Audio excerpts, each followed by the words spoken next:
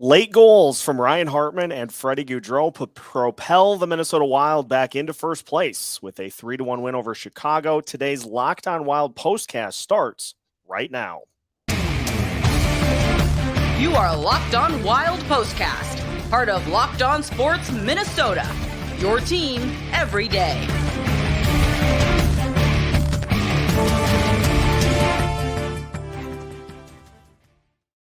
Minnesota Wild pick up a 3-1 win over the Chicago Blackhawks and for the moment move back into first place in the Central Division.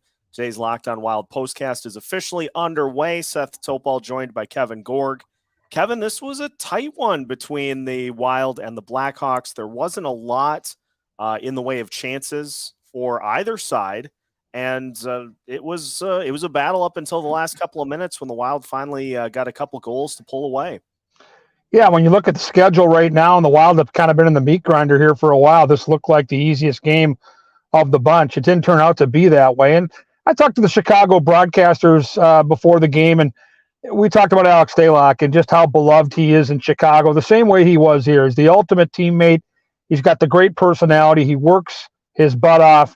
And I think the Blackhawks today at the end of the road trip were trying to play for Al Stalock. He had roughly 30 people here at the Xcel Center. He's a South St. Paul native.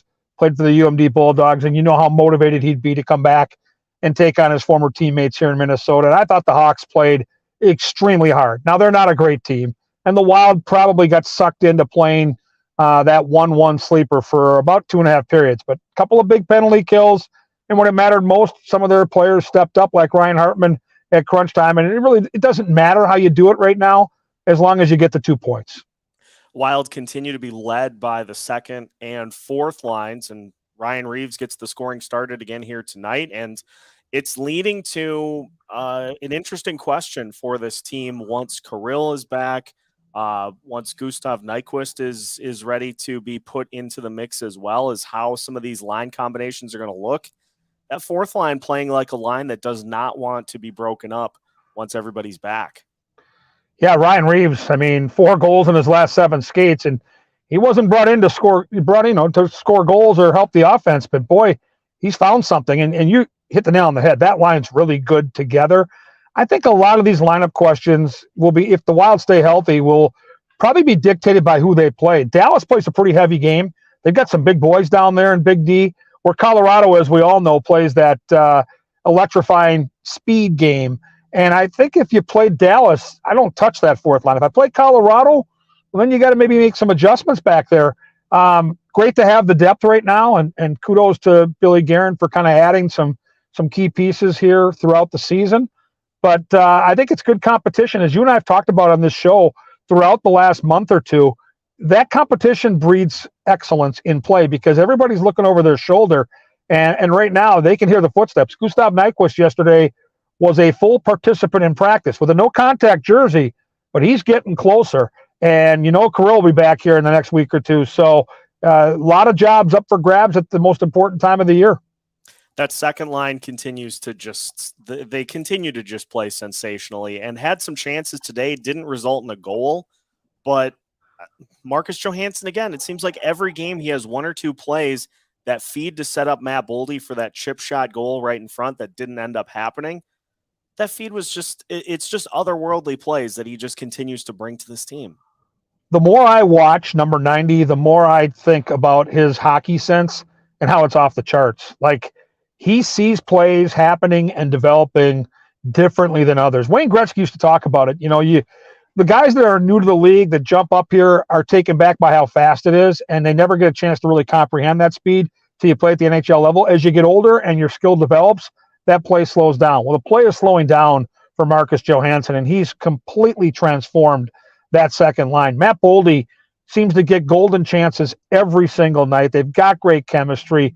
And you look at Joel Eriksson Ek, and he's the unsung hero. He's the one taking the punishment every single night, playing on the wall, in front of the net, the board battles, the intensity. It's a great combination of 3 completely different players that when you put them together, makes them a dangerous, dangerous line.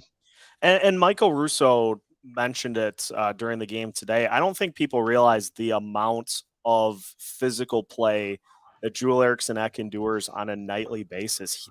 He takes a beating every time he's out there. He does, and I'm amazed that he keeps finding a way to be in that lineup, because you watch the cross checks, you see the slashes, you see where he has to go. He's getting hit all the time. Now, he keeps himself in unbelievable condition. He's a super strong guy off the ice, but I'm just amazed at how night after night, shift after shift, he goes out there and plays with such intensity. I get it during the playoffs, but this guy does it 82 games during the regular season and doesn't blink. And I think that sets the tone for some of the younger guys. I look at Mason Shaw, I look at Connor Dewar, I look at Brendan Duhaime. When you see a veteran player out there who's established, who's making big money, like Ek is, taking the punishment he takes, if you're that guy, you don't have a choice. Philip Gustafsson was great again here tonight. He did get beat on the 2-on-1, but beyond that, really no blemishes on his ledger. Just continues to cruise through this season. And I think the thing that impresses me most about Gustafsson, and we see this from Fleury a lot too, is when there is chaos in front of the net, just being able to get to a puck and realize, okay, if I ice this one before everybody starts to come downhill, that's going to be an opportunity to prevent potentially a deflected goal. And just some of that cool, calm demeanor is just huge for this team. The way he plays, Seth, has a very calming influence on this hockey team. They have an awful lot of confidence in Philip Gustafsson, and it showed, I think, during that penalty kill. The Wild play an aggressive penalty kill where if you get beat cleanly with a seam pass, you're going to hang your goalie out to dry, but they aren't worried because they've got that guy behind them. And I thought he made a couple of subtle but big saves in that middle part of the third period when it was a 1-1 game and Chicago had a little juice, just buying time, knowing that if the Wild can just kind of survive those penalty kills, get to the closing minutes, maybe you have to go to overtime, they've got more skill, they'll find a way to win the game. And I thought for sure we were headed to overtime or a shootout, where I really liked the Wild's chances. Hartman makes that play in the final minute and a half, and they get it done. But Gustafsson, throughout this hockey game, and I'm going to tell you, from a goalie's perspective, a difficult game to play because you're not seeing 45 shots. You're seeing a shot every 2 or 3 minutes. You've mentally got to be ready for that, and he was great. It all leads to a Wild win, and as mentioned, the Wild pull back into first place, pending the result of the Stars taking on Vancouver here tonight. But a 3-1 win for Minnesota. We'll talk a little about the top line coming up, as well as the Kraken awaiting Monday. All of that coming up on today's Locked On Wild postcast after a word from our sponsor, which for today's broadcast is the official sports betting partner of Locked On. That is FanDuel Sportsbook. And with the NCAA tournament in full swing, there's no better time to get in on the action than right now. That's because FanDuel is giving new customers a no-sweat first bet up to $1,000. That's up to $1,000 back in bonus bets if your first bet doesn't win. Just head to FanDuel.com/lockedon and sign up today to claim your no-sweat first bet. Then you can wager on everything from money lines to point spreads to which team will be cutting down the nets. All on an app that's safe, secure, and super easy to use. So don't miss your shot at a no-sweat first bet up to $1,000 when you join FanDuel today. Just go to FanDuel.com/lockedon to sign up. Make every moment more with FanDuel. Continuing today's Locked On Wild postcast, Minnesota Wild win by a score of 3-1 over Chicago. Seth Topol joined by Kevin Gorg. Kevin, Ryan Hartman had the game-winning goal. Freddy Gaudreau added an empty netter later, but that first line, kind of an interesting combo with Marcus Foligno paired up with Ryan Hartman and Matt Zuccarello. But you say that, and Foligno scored against Philly. Hartman now scored against Chicago, and so what seems like maybe not an ideal fit, they're putting goals on the board, and that's the main thing that counts. Yeah, and Foligno is a completely different player than Kirill Kaprizov, and no one's asking him to go out there and be 97. But what he is bringing is intensity. And I thought he was terrific, specifically today in this hockey game. He had a bunch of hits. He was hard on the forecheck. And those big hits behind the play where you hit those defensemen after they make the pass, they pay dividends because all of a sudden now, the next time you dump that puck in and get it deep, they start to throw the puck around the wall, and not take as much time because they know they're going to get run over. And that allows your defenseman to pinch. That allows the team to get the forecheck going. And if you get Ryan Hartman and Matt Zuccarello on the forecheck offensively, they're very gifted, and they're going to make plays. And so he's brought something different to that line. But what he's brought, I think, has helped them establish some offensive zone time, and that's always a good thing. A big week for the Wild this week because you've got some very tough opponents on the schedule. And for a team that has played no shortage of overtime games this year, having the ability to get a game to OT, to steal a point, is going to be big when you look on the schedule. You've got the Colorado Avalanche, you've got the Vegas Golden Knights all coming up. This is going to be a big test for the Wild here this week. All playoff teams now for the next 4 or 5. It starts Monday night with the red-hot Seattle Kraken. What a job their head coach has done. Dave Haxtell, formerly the North Dakota bench boss, and, of course, the Philadelphia Flyers head coach. But they're playing terrific hockey. They went into Nashville, who's a desperate team right now, and just blew the doors off the Predators. 7-2, outshot them something like 39-16 today. So they've got a great team. They're playing great hockey right now. Monday's going to be a huge challenge. Then you go to Colorado. You get that showdown with the defending Cup champions. That'll be big fun on Wednesday. And then the old-fashioned home and home with Vegas, where you're going to take on the Golden Knights in Vegas on Saturday, come back the following week to take them on here in St. Paul. They're an amazing team right now, the top seed in the West. So you look at these 4 games, Seth, and if you can pull out at least 4 of these points, maybe you get a little more, but at least get your 4 points, you're going to be in a great spot. But I think to get those 4 points, you got to win Monday night. You got to defend your home turf. You got to beat the Kraken before you go to Colorado.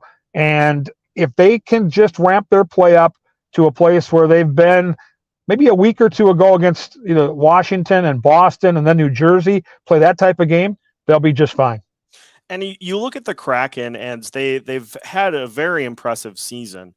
But it's a game in which there should be chances for the Wild. The goaltending combo of Philip Grubauer and Martin Jones, they've got goals against averages above 3. And so there should be opportunities for this Wild offense to try to get pucks in the net. And you put in that physical defense that the Wild play every night. Should be a good opportunity for them to really flex some muscles here in the Western Conference. And they're scoring goals. Since Kirill Kaprizov went out, everybody else has stepped up. So that second line, as you talked about, could be a big factor. I think most importantly, try to get that power play going. And the only bad news we got today is just post-game press conference stuff. Dean Evason said that Klingberg will not play Monday, most likely. He will skate on Monday morning, and he'll likely be on the trip to Colorado and Vegas, but he will not play Monday. I assume Kalen Addison stays back in, but I guess we'll have to wait and see because they do want some skill on the back end of that power play. They only got 1 kick at the can today. But you're right. The goaltending in Seattle is the weak link. And if you can get 30, 35 shots on Monday night, you're going to give yourself a pretty good chance to get to 4 or 5. And with these 2 goalies, you get to 4 or 5, you're likely going to win. It'll be a great opportunity for the Wild. We'll see if they can hold on to first place. Dallas playing Vancouver tonight. We'll see, though. They have let a couple slip here recently, but it's the most fun time of the year for all of these teams. You're fighting down to the finish and trying to climb the standings as much as you can. And the stretch run is officially here for the NHL season. We really can't ask for more than that. Yeah, it's going to be a lot of fun, and I think fans enjoy scoreboard watching, looking at the standings, trying to figure out who the Wild are going to be playing. Right now, it sure looks like that first-round series is going to be against Dallas or Colorado. And I'm going to tell you right now, these are 2 of our biggest rivals. The fan bases are great. The buildings are phenomenal.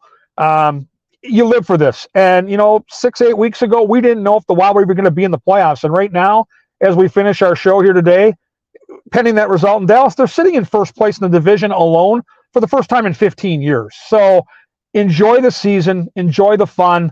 This is a really resilient bunch of guys. They are still playing without, the Suter and Parisi money that's going against the salary cap. They've done this 14-1-4 stretch in their last 19 without Jonas Brodin for a bulk of it, and now Kirill Kaprizov, 2 of their very best players. They just continue to find ways to get points, and they're a hell of a fun team to watch. Yeah, 100%. Kevin, thanks for the time today. We'll see how things play out and chat with you after the game on Monday against the Kraken. And hopefully the Wild will be able to get another win as they look to finish the season on a strong note. Listeners, make sure you follow along with Locked On Wild here throughout the rest of the season as we guide you to the postseason with pre- and post-game content as well as new episodes all week long. Follow us on YouTube and your favorite podcast platforms as we keep you up to date on all things Minnesota Wild with new episodes every Monday through Friday as part of the Locked On Podcast Network.